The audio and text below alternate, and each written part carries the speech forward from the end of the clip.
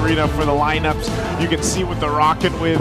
Whole lot of flickers, whole lot of athleticism for Aurora. Okay, sorry, it was indeed a Lucas jungle. It was, yep. Hey, let's go ahead and throw it over to the caster desk to go ahead and take us into game 2. Theory confirmed. Remnants of yesterday's series still haunt Onic Philippines as King Kong once again brings into the land of dawn that Lancelot in the jungle. Welcome to game number 2. First on the board is Aurora. Onic yet to score. Yep. By the way, fun fact, I think King Kong got the highest GPM yesterday, right? And that was on the Lancelot. But I really agree with what Renmar just mentioned, that it's gonna be hard pulling up the Lancelot this time considering Aurora's lineup. Yeah, I really love that throwback as well to the era where Lancelot and Fredrin just, they just met. And then at that time, right after, people realized it's really strong.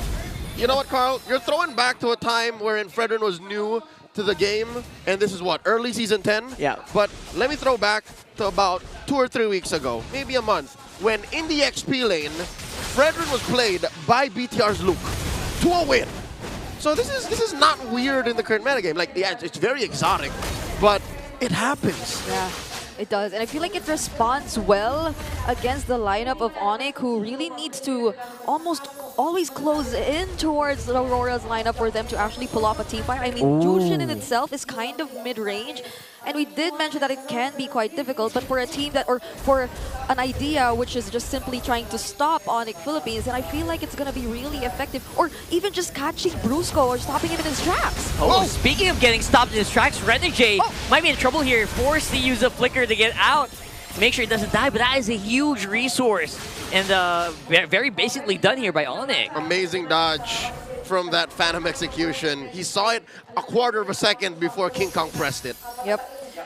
Fortunately, there was the flicker indeed that was available, but now it feels like just because of that simple resource that Onic Philippines knows is unavailable for Aurora, they will be the ones to try to scout the area first. But Demon Kite, he's quick to respond, and he's the one starting things up. They're actually getting started here, and they're focusing on the Fredrin.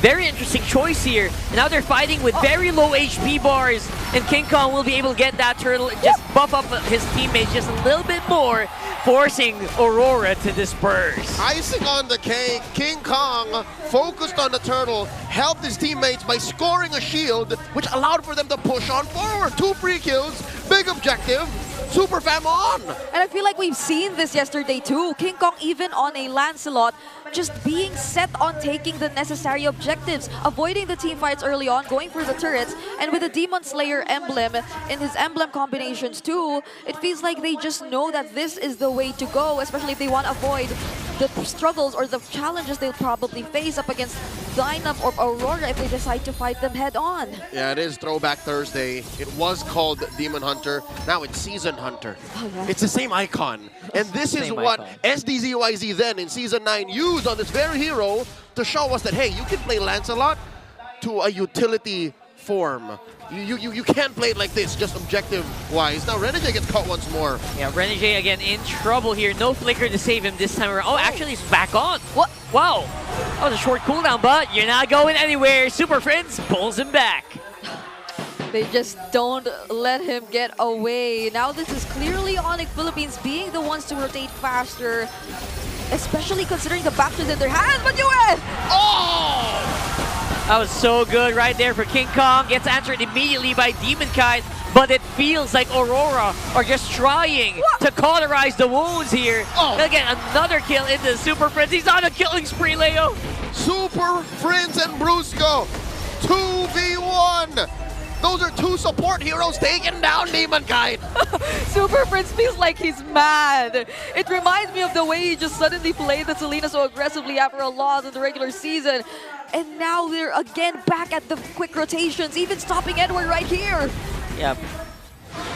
Gonna go pulling it back for the next possible turtle fight, but I don't know. Aurora doesn't feel like they're ready to take this just yet. No, despite having a Fredrin again in the XP lane and a Lucas being so strong when you're fighting in the paint, Aurora seem to be doubting their early game strengths. Onic has single-handedly used the Lancelot once again to full effect. It wasn't a fluke yesterday. That wasn't a fluke. That was a fluke. Oh my goodness, it's already a 3K gold lead for Onic Philippines. And they know fully well where Aurora is. And you can say the same for Kellera this time around, but it's Onic in the lead, so you could expect him to go online a little bit earlier compared to game number 1. Check it out. Edward's first and last veteran game was back in Season 12 in a playoffs match against Onic. This very Onic. Wow. Wow, that's a big throwback. I'm very glad our stats people got it. It wasn't weird. It wasn't weird. It wasn't weird. It happened. We're not Mandela affecting y'all, all right? It is Throwback Thursday, and our production is confirming that this did happen. Yep. Right now, we're looking at the items so far for both of our teams. Only one has already, or only King Kong and Dominic have already secured their first core item so far. But this is Onic Philippines paying full attention to the gold lane. Fortunately, Renegade is here to guide and protect Demon Kite, but I feel like they won't be letting Demon Kite freely do his farming any further. Yeah, just to add to that, there's not much Renegade could do. Demon Kite senses it. Here's the conceal.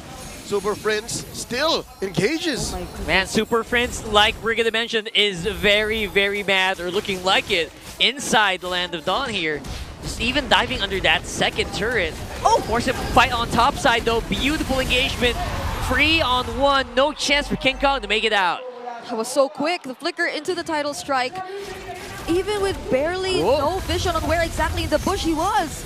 In other words, pulling back Brusco as well. Super Prince still has some pretty good DPS even on his own. Putting Renegade on almost half. Look at that. This is probably one of Super Prince's most scariest forms. Like when he's able to do all this on the Jushin without being, or without any fear up against Aurora, despite the potential presence of like a setup into the burst damage that can be provided by UA, they just seem to know that they're way ahead for them to fear that. Super Prince is here to prove to us that this lineup works, again, despite the lack of burst. Again, the conventional understanding what burst is in the current metagame, the Super Fam has a chip on their shoulders. They want to make this lineup work, and so far it is. 2 turtles in, a solid 2,500 gold lead. Junglers are beating up. Yeah. Speaking of junglers, look at those 2 junglers on top side. King Kong and Demon Kite, a little bit of a high five to each other. And look at that as well. Onic forced out the feathered airstrike, so I think that's a very confident turtle going over to King Kong. And it was Brusco who started it all. Now they're going for mid. Big knock-up into the Tsunami Slam, but there's just no coordination whatsoever on the side of Aurora. Everyone is just running for their lives, Leo. Unfortunate. To be fair, I think Renegade was taking away Onic from his backline, all right? That's why he brought him there, but it cost him his life. It was worse. Even Edward had to pay the price, but Que sera, when you're down 4K like this, fresh off a turtle take, and Onic means business, this is what you can expect to happen. Yeah, and it was really surprising to see that the crossbow of that was still casted. And there you go. This time around, no fear whatsoever in the eyes of the Super Fam. Looking at Aurora head on and looking at them under their towers. It's only been 8 minutes, but look at this. Even Renegade, he's feeling the damage from the single Thorn Rose that King Kong is able to dish out. Super Fritz, you're a mage. You're not supposed to be underneath a turn with no minions like that. Okay, in fairness, one of the tankiest mages in the game, but still, right? And the guy who introduced the entire Brave Smite concept, tanky emblem combinations for a mage. So it's surprising to see that he's not higher up there in the damage taken leaderboards, but you know. He's remixing his own rendition of the Jushin. It's a remix of a remix. This is the 2025 version of how you play it. And here's the thing. Here's what I'm afraid of, all right? Kellera's only been getting assists. Yeah. He hasn't really even taken to the skies to actually get kills. Yep. And compared to earlier, there was no need for him to go for the Wind of Nature immediately, but Renegade... Oh, straight into the fight. I think that was a pretty forced Tsunami Slam. He's gonna go down as well with a few easy hits. King Kong playing it under these 2 turrets. And again, no fear whatsoever in the eyes of the Super Fam. Cyril Perez almost gave everyone from Aurora a signed face photo cards. Just here we go. Shing, shing, shing. Look at that. Just using these feathered airstrikes to clear the minion waves. Whoop. Aurora is trying their very best to survive. Yeah, this is a huge problem though. If Oh, your God! lineup is like this, Oh my goodness. and they get to slow you down really well, enough for Kelra to just freely throw out his arrows. Like, this doesn't normally happen. The 1-1 gets bursted down, but in this scenario, Onic Philippines, through the Jushin, through the Baksha, whenever Aurora gets a little close, they almost always find a way to stop them from getting back safely. Again, hindsight is 2020, but I think this is what Onic was going for in Game 1. This kind of play style. I mean, it's pretty similar, right? Zushin in the core of it as well. The 1-1. The 1-1, exactly. So that probably was the plan all along. And only now they're able to show us how it actually is executed with that almost 10K gold lead in 10 minutes that they've been able to secure in their hands. Aurora, at least they have the Farsa this time around. They have the carry as well to deal with the waves that could potentially come in. But they have to be careful of Kelra and the crossbow attack. He is applying pressure alongside Brusco. I don't know if Aurora knows that Kelra is here with the Bruiser. Lord spawns in mid, waiting to march in. 10K up. This is Onyx's game to lose. Concealed by Brusco. 11 minutes on the clock. They are diving in with that Lord. Two-man knockdown by Kirk here. Edward is in trouble. His brethren can't really stand the DPS for long. And now that turret is going to go down. Slow and steady. He doesn't even have enough time to use the Appraiser's Wrath if he wanted to. He can't. He just can't. He flickered away. That's just how fast they're able to burst him down without any major ultimates used just yet by Onic Philippines. Look at Onic, they're starting to go to the drawing board. They're looking for an angle of attack, and they are attacking a west way they know how. Right in the front, right to the base of their opponent. Diving in, that's going to be King Kong going down though. But where is Kelra? What's Kelra looking like? He's going to be forced to back off. That's two members going down for Onic. This attack is not as clean as I thought it would be. For the first time in a while, Onic suffer casualties. 2 for 2. Edward and Demon Kite for Kirk and King Kong.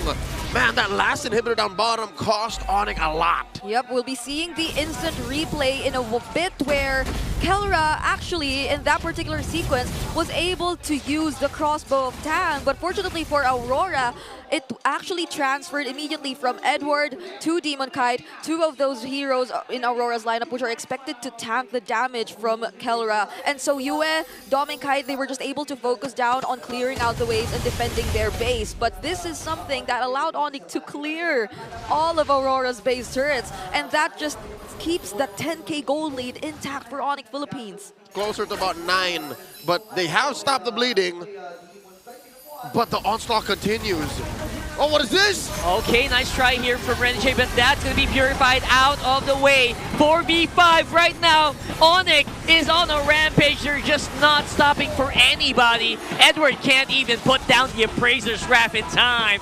And now it's an empty base. 3 members of Aurora to defend against an onslaught of Onic members. It's just impossible to fight. Demon Kite goes down even after that full combo, and that's game number 2 in the bag for Onic.